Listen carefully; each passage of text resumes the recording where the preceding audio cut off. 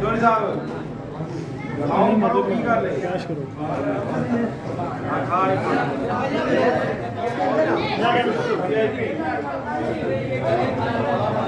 ਮੇਰਾ ਪ੍ਰਮਾਨ ਉਹ ਪ੍ਰਮਾਨ ਆਪਦੇ ਬਾਬੇ ਪਰਾਉਣਾ ਦਾ ਸ਼ਾਵਾ ਸ਼ਾਵਾ ਮੁੰਡੇ ਨਾਲ ਕਰਨਾ ਆਇਓ ਰਾਤ ਦੇ ਪਲੇਟਾਂ ਪਈਆਂ ਲਾ ਕੇ ਅੱਗੇ ਸ਼ੇਖ ਸਾਹਿਬ ਦਾਦੇ ਸ਼ੇਖ ਸਾਹਿਬ ਆਜੋ ਬੈਠੋ ਬੈਠੋ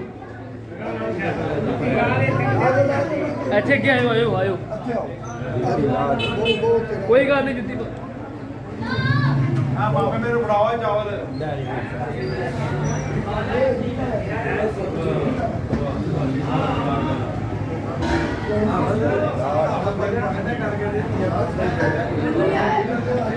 ਪਾਣੀ ਚਾਹੀਦਾ